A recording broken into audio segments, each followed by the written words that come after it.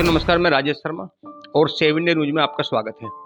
हम बात करते हैं मध्य प्रदेश की, क्योंकि मध्य प्रदेश में इस समय विधानसभा चुनाव चल रहा है और चुनाव में तमाम राजनीतिक दलों के नेताओं ने पूरी ताकत लगा दी है।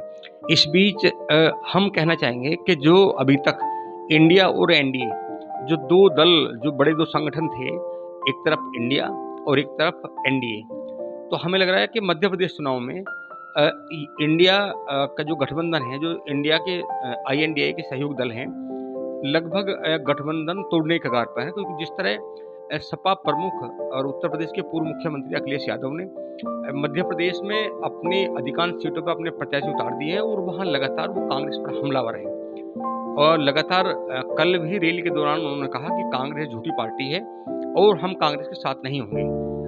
कमलनाथ जो पूर्व मुख्यमंत्री हैं मध्य प्रदेश के, उन पर उन्होंने आरोप लगाए कि कमलनाथ ने गठबंधन धर्म नहीं निभाया। हालांकि अब सपा और कांग्रेस मध्य प्रदेश में आमने सामने हैं। इसका लाभ भाजपा को तो मिल सकता ही है, क्योंकि भाजपा को इसकी प्रतीक्षा थी कि गठबंधन ये कब टूटे। और जिस तरह मध्य प्रदेश विधानसभा में गठबंधन टूट रहा है, अगर सपा जदयू और कांग्रेस एक मंच पर चुनाव लड़ते तो वहाँ भाजपा को नुकसान हो सकता था। लेकिन अब भाजपा को नुकसान होने की संभावना कम है। जिस तरह भाजपा में अंदरूनी कलह है, छत्तीसगढ़, मध्य प्रदेश और राजस्थान में जिस तरह भाजपा के नेता भाजपा के विरुद्ध झंडा बुलंद किए हुए हैं, अब जिस तरह सपा प्रमुख अखिलेश यादव की एंट्री मध्य प्रदेश में हुई है, तो इससे लग रहा है कि अब नुकसान कांग्रेस को हो सकता है, भाजपा को इसका नुकसान नहीं होगा। लेकिन अभी अखिलेश को मनाने का दौर जारी है। मध्य प्रदेश के पूर्व मुख्यमंत्री दिग्विजय सिंह ने अखिलेश यादव से बात की है। उन्होंने बताया कि गठबंधन धर्म क्या होता है। उन्होंने कहा कि इस तरह जो रणनीति बनी है गठबंधन की, गठबंधन धर्म निभाना चाहिए और अखिलेश यादव को इस तरह मुखर होकर नहीं बोलना चाहिए। उन्होंने कहा कि अगर इधर मुखर बोलेंगे तो उत्तर प्रदेश में भी ये ना समझे अखिलेश यादव कि वहाँ उनकी धरती मजबूत होगी। अगर मध्य प्रदेश के विधानसभा चुनाव में अखिलेश इस तरह का काम करेंगे तो फिर गठबंधन धर्म कैसे होगा। उन्होंने कहा कि लोकसभा चुनाव 2024 का जब चुनाव होगा तो फिर ये गठबंधन नहीं होगा। और हालांकि कांग्रेस के बड़े नेताओं ने भी मान लिया कि इंडिया में सहयोग दल के रूप में हो सकता है कि 2024 में सपा की एंट्री ना हो। और कांग्रेस नेताओं को लग रहा है कि सपा से बेहतर उनके लिए बसपा और लोकदल साबित हो सकते हैं, क्योंकि आज़ाद समाज पार्टी, बसपा और लोकदल। जब हम पश्चिम यूपी की बात करें तो पश्चिम यूपी में लोकदल का अपना वजूद है और बसपा का पूरे प्रदेश में अपना वजूद है, क्योंकि वो कई बार मुख्यमंत्री रही है। अब देखना ये है कि जिस तरह वहाँ बमबारी हो रही है आपसी, जो भाषण को लेके जो एक दूसरे पे आरोप लगाए जा रहे हैं, इसका रिजल्ट ये कब तक होगा। हालांकि ये माना जा रहा है, अगर हम कांग्रेस और सपा के कुछ रणनीतिकारों की बात करें तो लग रहा है कि इंडिया का जो सहयोगी दल थे सपा से लगभग नाता टूट चुका है।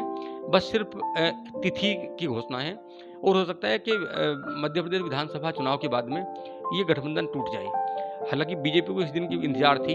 दिग्विजय सिंह ने सपा प्रमुख अखिलेश यादव पर एक टिप्पणी भी की है। उन्होंने कहा कि अगर अखिलेश यादव मध्य प्रदेश में इस तरह मुखर होकर चुनाव लड़ते हैं तो ये माना जाएगा कि अखिलेश यादव भाजपा की बी टीम है।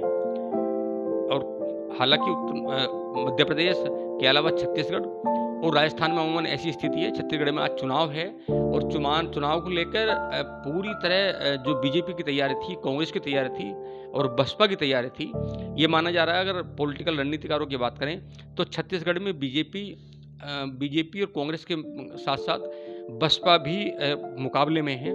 ऐसी लगभग 55 से 60 सीट हैं छत्तीसगढ़ में जहां बसपा बहुत प्रभावी है।